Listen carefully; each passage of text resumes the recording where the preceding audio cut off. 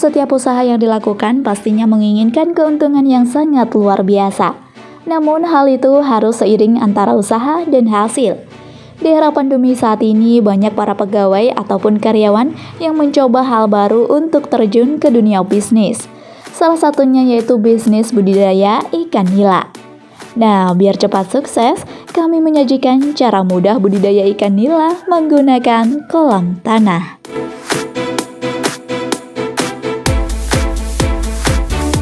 Number 4. Kemudahan budidaya ikan nila dalam kolam tanah.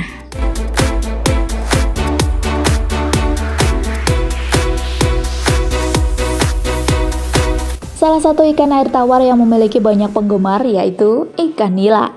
Tidak sedikit orang yang mengkonsumsi ikan tersebut, dikarenakan ikan ini memiliki rasa yang lezat dan kandungan nutrisi yang cukup tinggi dibandingkan ikan tawar lainnya.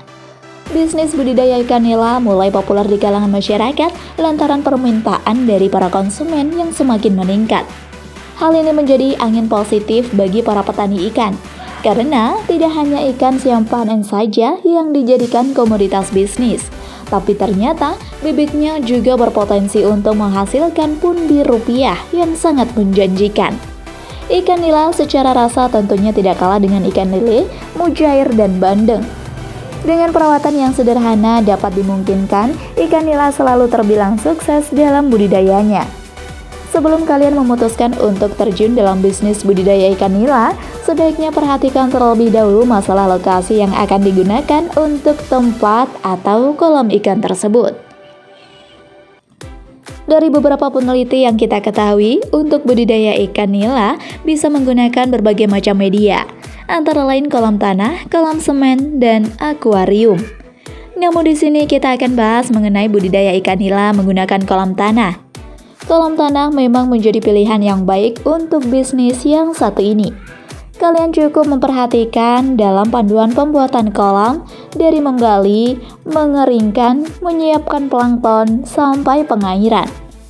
Kelebihan kolam tanah ini yaitu terbilang hemat biaya dan sangat mudah dalam pembuatannya. Tanah liat yang menjadi bahan dasar kolam bisa menumbuhkan jasad renik, plankton, dan sejenisnya yang menghasilkan makanan gratis untuk ikan nila.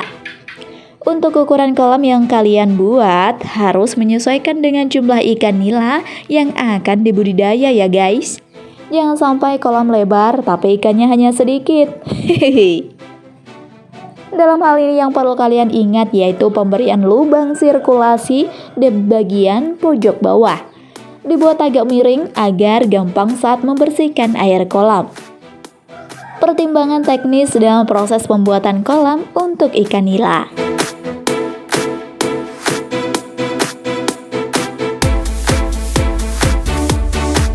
Sumber air.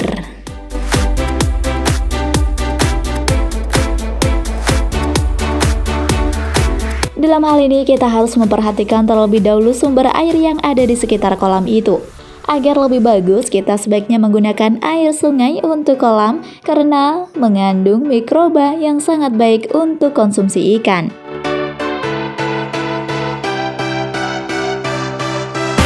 Ketinggian kolam.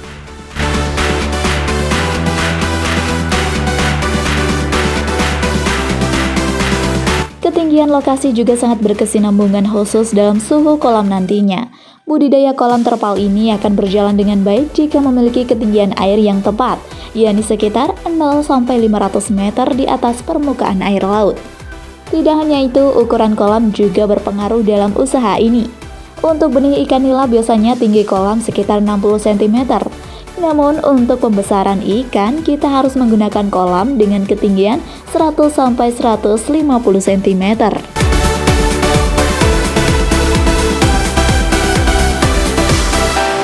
Kerangka kolam dan dasar tanah.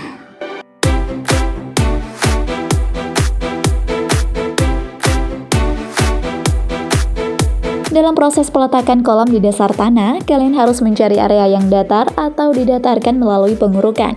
Setelah proses pengurukan selesai, kalian cukup membuat dasar kolam. Buatlah dasar kolam berbentuk segi empat ya sahabat.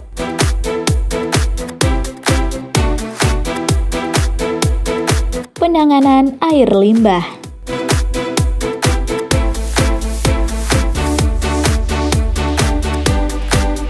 Budidaya ikan ini harus memperhatikan air limbah juga ya guys. Jika kita menggunakan kolam tanah ini di tempat yang padat penduduk, maka kita perhatikan air limbah dari kolam tersebut agar tidak mengganggu warga sekitarnya. Solusinya yaitu dengan membuat saluran pembuangan permanen dengan menggabungkan pipa kolam dengan sungai di sekitarnya.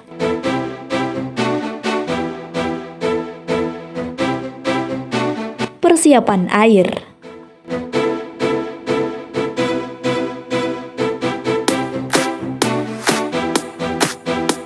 Pengisian air kolam tidak dilakukan sembarangan ya sahabat. Agar hasil panen memuaskan, sahabat juga harus mengukur kedalaman dan pH dalam air. Untuk ikan nila kedalaman biasanya berkisar 100-150 cm dengan pH 7 atau 8. Air yang digunakan dalam kolam harus benar-benar bersih dan jernih atau bebas dari patogen. Sebelum diisi air, sebaiknya kolam dikeringkan terlebih dahulu sebelum lanjut ke langkah penebaran bibit ikan. Pertama-tama, tebarkan 50 kg GDM same granule bioorganik pada 1 hektar lahan. Di hari ke-10 sebelum ditebarkannya ikan. Lanjutkan dengan mengisi kolam dengan air dengan ketinggian 30 cm. Jangan lupa untuk melarutkan 5 kg GDM Black Boss dengan air dan masukkan ke dalam kolam yang sudah terisi air tadi. Hal ini berfungsi untuk menumbuhkan pakan alami atau plankton yang bisa dikonsumsi oleh ikan nila.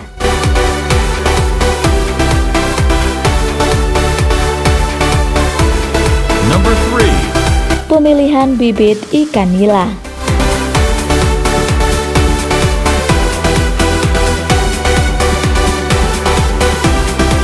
Bibit ikan nila yang bagus yaitu bibit yang sudah dipindahkan ke tambang. Bibit ikan akan cepat tumbuh besar dengan umur yang relatif lebih pendek karena bibit yang bagus adalah bibit yang memiliki usia panen cepat hingga para petani yang budidaya ikan ini bisa menghemat pakan. Apalagi pakan ikan saat ini tidaklah murah, sehingga menghemat pakan juga turut membantu para petani untuk hemat modal. Namun untuk bibit ikan nila yang kurang bagus, hal ini membutuhkan waktu yang terbilang lama dibandingkan bibit yang berkualitas. Secara logika, kejadian seperti ini yang mengakibatkan operasional meningkat.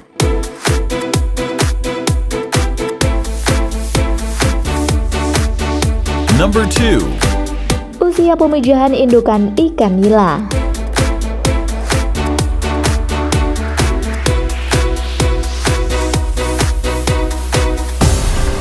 Kalian harus tahu indukan mana saja yang sudah siap untuk dipijah.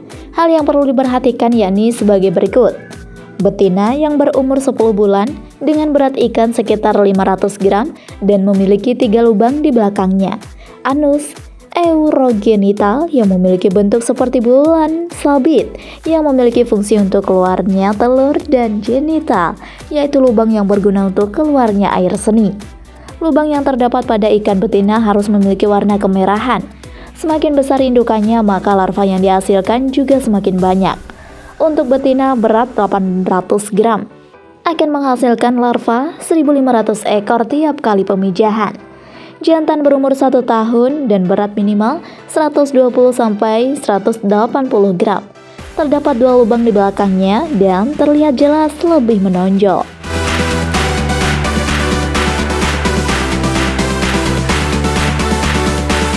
Number 1. Menghasilkan bibit ikan nila yang berkualitas.